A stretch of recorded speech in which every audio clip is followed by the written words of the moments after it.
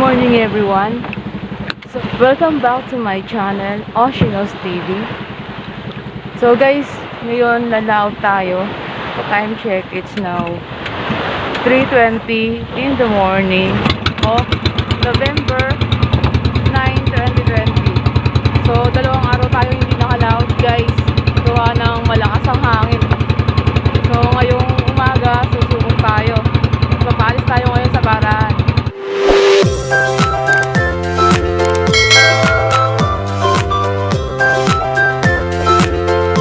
Pare na po tayo.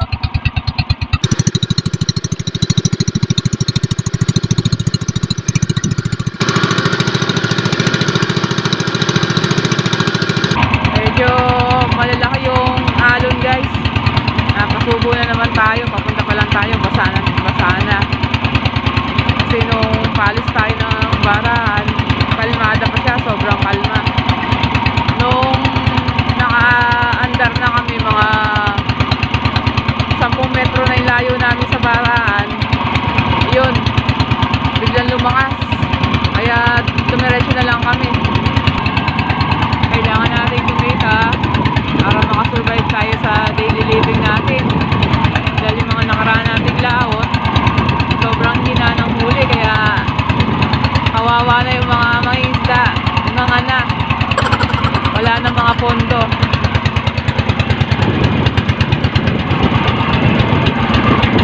So yan, pinatay ko na tong makina. Tapos na tayong mag-area. So katatapos lang nating mag-area. So yun nga, kaninang nasa may Barahan pa lang kami. Dahil sobrang kalma ng dagat. So ang sarap lumaot. Pero nung umandar na yung bangka namin at 10 metro na yung layo namin sa aming Barahan, yun, biglang humihip si hangin amiyan. Kaya ang naging resulta, dahil sa malakas na alon sa hangin, basa na kami, palaot pa lang. Kailangan nating pursiguin lumaot dahil nangala. Wala na tayong pondo. Dahil nasa nyo naman yung mga previous na laot namin, as in talagang hina ng huli. Halos pang gasolina lang yung kinita natin. Kaya kailangan talaga tiyaga para mabuhay. Sabi nga nila, pasok kami doon sa kasabihan na isang kahig, isang tuka. So yan yung buhay namin mga mangingisda. So maaga pa, kaya mahaba-haba pa yung oras natin para magpahinga.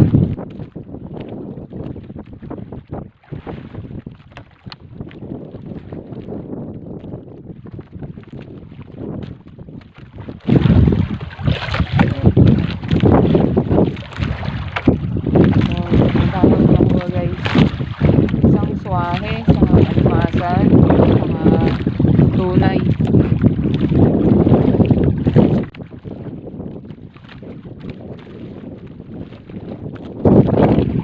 May nakuha tayo din. Sit guys. Sit na tunay.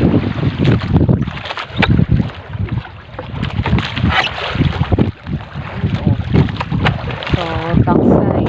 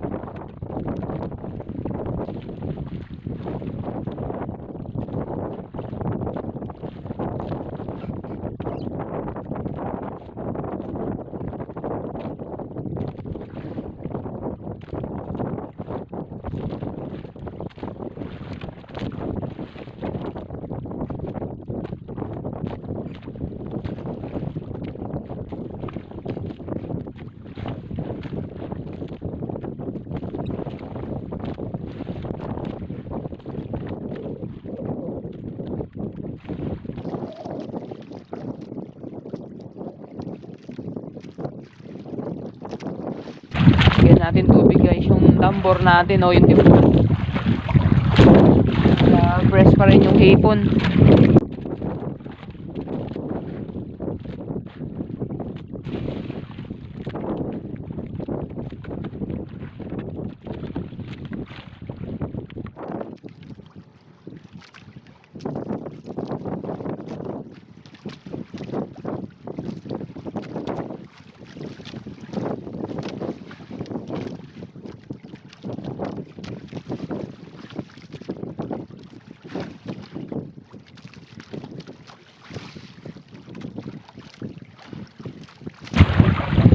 Guys, so tunay, hindi ko masakit to guys yung hapitik dahil ito yung pinakabulod nila pag tumusok sa'yo.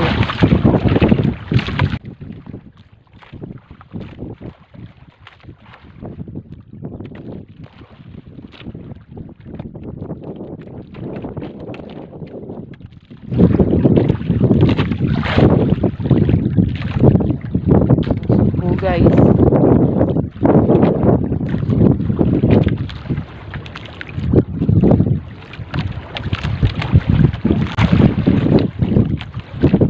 lumalaki pa to ng mas malaki rito. Mga ganito kalaki, iba na yung presyo nito. Hihiwalay na siya sa tunay.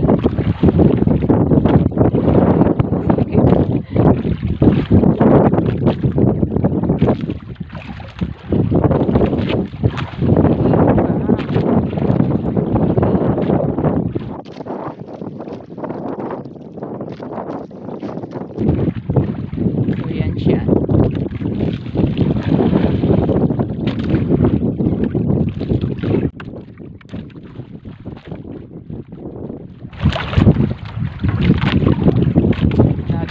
Pero pagka ganito kalaki lang, sa tunay lang ito sinasama. Presyong tunay o yung puti. Tawagin.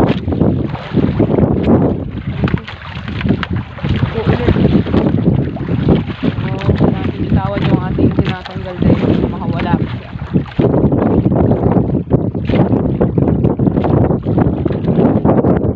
So mas malaki yun sa nakuha natin kanina.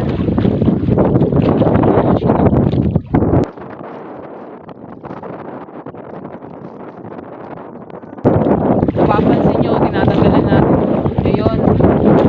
So kaya natin tinatanggalan para mababad pa yung ating lambat sa ilalim para tingnan pa. So ito, mas malaki siya kanina.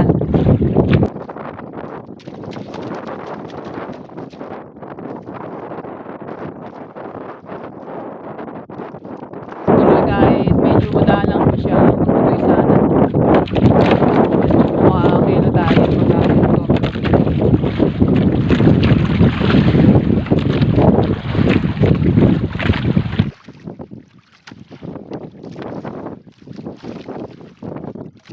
Another tunay again.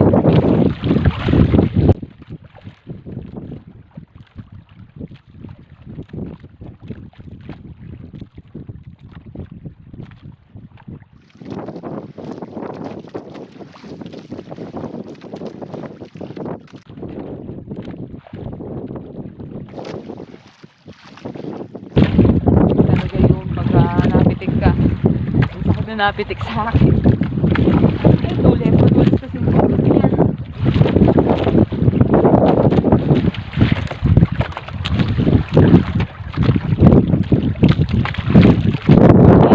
Ibabaw yung huli natin tunay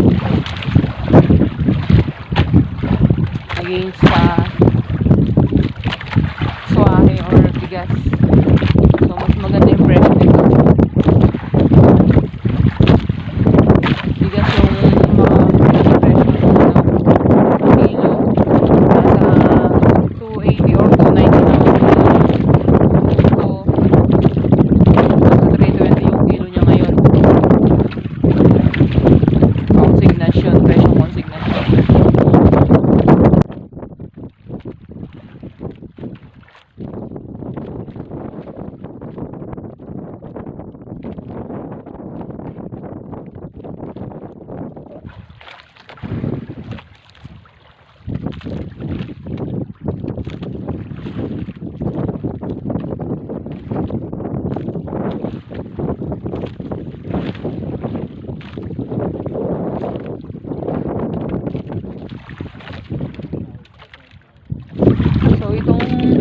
bigas, pinakamasakit mamitik. Dahil pagka pumitik siya, idinidiin niya pa talaga dun sa ano mo yung, sa kamay mo yung ano, buntot niya.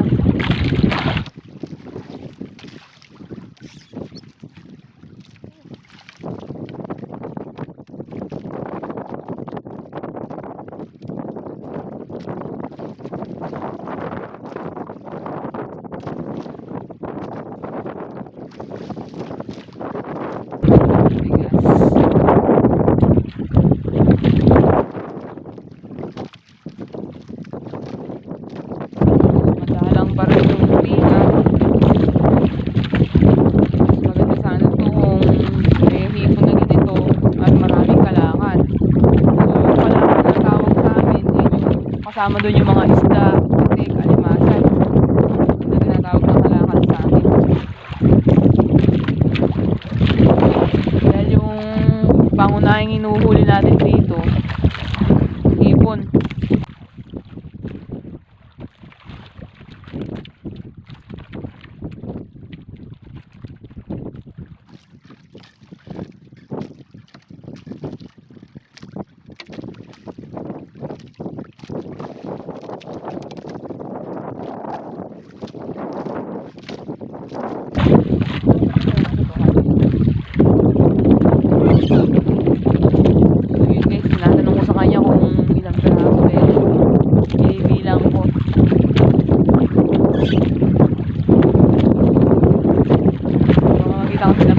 May estimate mo kung ilang kilo yung aabutin nung huli yung ipon.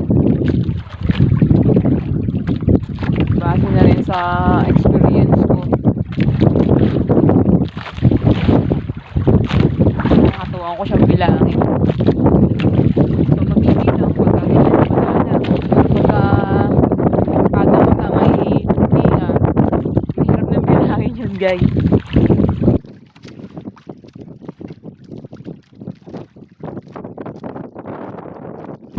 Kadalasan, kapag malalaki yung sukat ng hipon, 40 pieces lang isang kilo na. Pero pagka maliit, tulad nito, mga 50 pieces.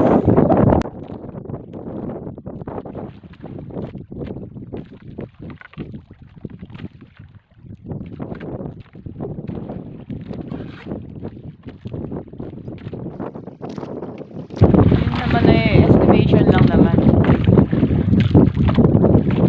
Magkakaalaman pa rin pagdating sa consignation.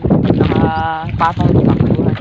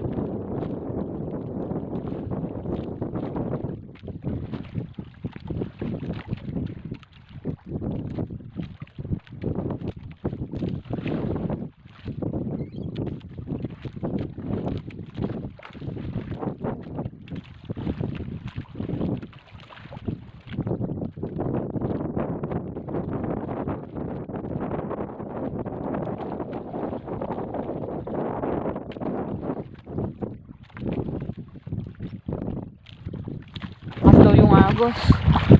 Kaya dinaretso na namin yung pagkila.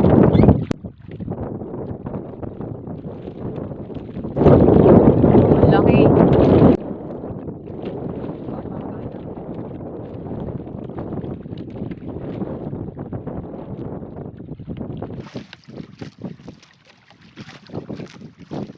Itong klase. Sugpo.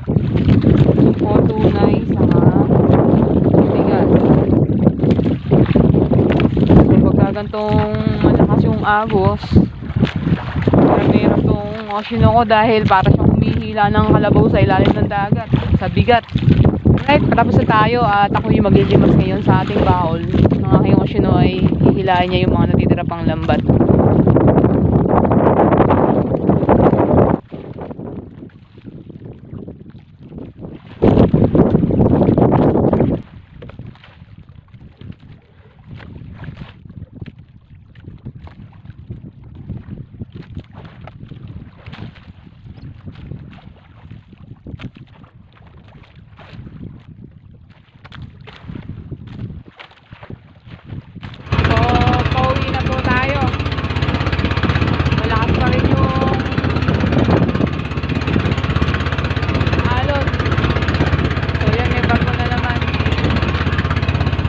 Pauwi na tayo.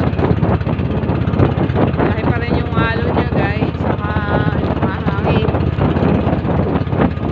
Basta malakas ang hangin, malalaki ang alon. So, ito yung natanggal natin na hipon. Ayan. May tubig siya para fresh. Mapanatili natin yung freshness niya. Mga buhay pa sila.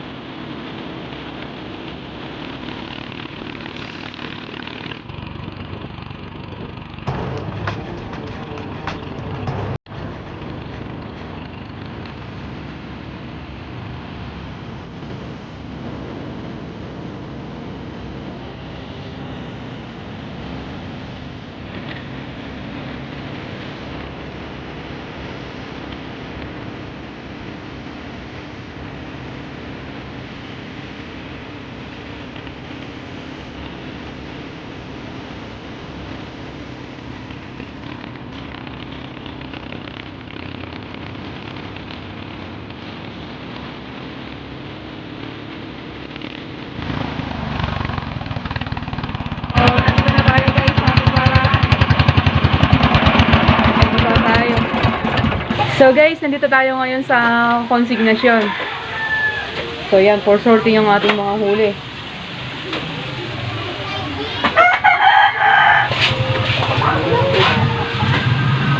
So yan, halo-halo. Merong sugpo, may tunay, or yung puting tinatawag. Saka tigas or swahe sa hipon. Sa isda naman, bisugo. Meron taksay, meron bakuko. Saka alimasag. So yun yung mga huli natin guys. So yun guys, yung hipon natin, lahat-lahat. Yung tatlong klase. 2.1 din. Umabot ng 2 kilo mahigit. Guys, ito yung benta natin ngayong araw na to. Ayan. So ayan yung kaperahan. Bumenta rin kahit paano. So thanks for watching. Sana nasa mabuting kalagayan ng lahat. Yan ang sarap na bagyo. God bless and keep safe. Bye-bye. Kung ka lang sa channel na to, huwag kalimutang pindutin ang subscribe button at pakiclick na rin ang notification bell para updated ka sa more upcoming videos na i-upload ko. Bye-bye!